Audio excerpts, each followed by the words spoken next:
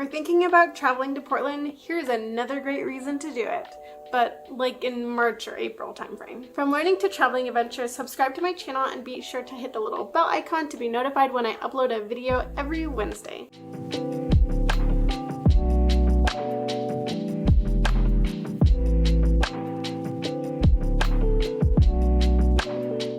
Hi! I'm here in Portland. I'm visiting my sister and we got to experience the beauty of the cherry blossoms firsthand, live, and I wanted to share a couple of things so that you can have the same great experience if you choose to visit Portland. The first time I walked through the cherry blossoms area in Portland, it was packed. It was Easter Sunday around 2 or 3 o'clock. There was almost no elbow room because of how many people were there. Okay, Google, what day does Easter Sunday fall on every year? On the website timeanddate.com, they say Easter falls on the first Sunday after the full moon date based on mathematical calculations that falls on or after March 21st. If the full moon is on a Sunday, Easter is celebrated on the following Sunday. That was oddly specific, and now I need to make sure that I know when the full moon is around this time. So I would not recommend going Easter Sunday around 2 or 3 o'clock. However, I was very fortunate because one of Taylor's friends, and now also my friend Ashley, took me on a bike ride around the Willamette River. So if you're in Portland and you want to do something active and there's way too many people at the cherry blossoms, I would highly recommend renting one of these bikes. I would also recommend knowing which zones the bike will be active. It's an electric bike and cycling outside of those zones will make pedaling very difficult, if not impossible.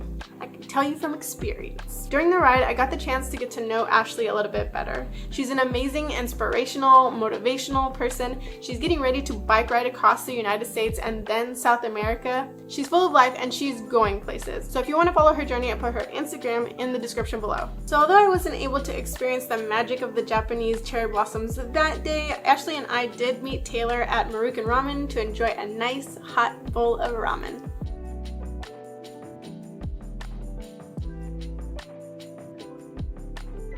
Okay, back to the cherry blossoms. Comment below and tell me your favorite tree. I know you have one. Mine is either the cherry blossom or the Japanese maple.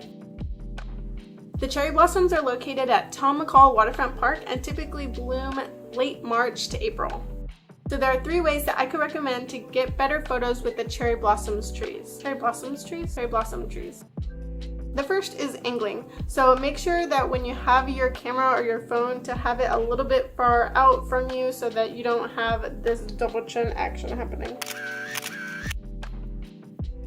My second recommendation is photo editing. I use GIMP, which is a free software to edit my photos when I edit my photos, and I'll put a couple of tutorials that I use to edit these photos in the description below. And then you can call yourself a photo editor. What? Boom, another skill. Last but certainly not least, and definitely the easiest, is just to go on a weekday morning. It worked perfectly for my sister and I. We even had enough time to get Deadstock Coffee, which is within walking distance of Tom McCall Waterfront Park, but we definitely drove.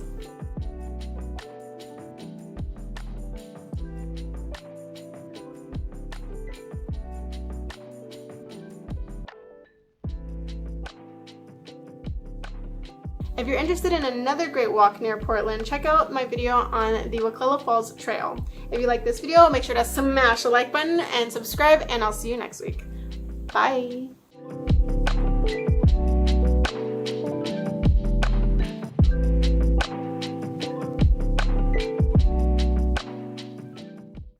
have fun recording. I'm using my blinker. I'm being kind. You give me an inch and I take a mile. You can't just let it Aries out of her pocket.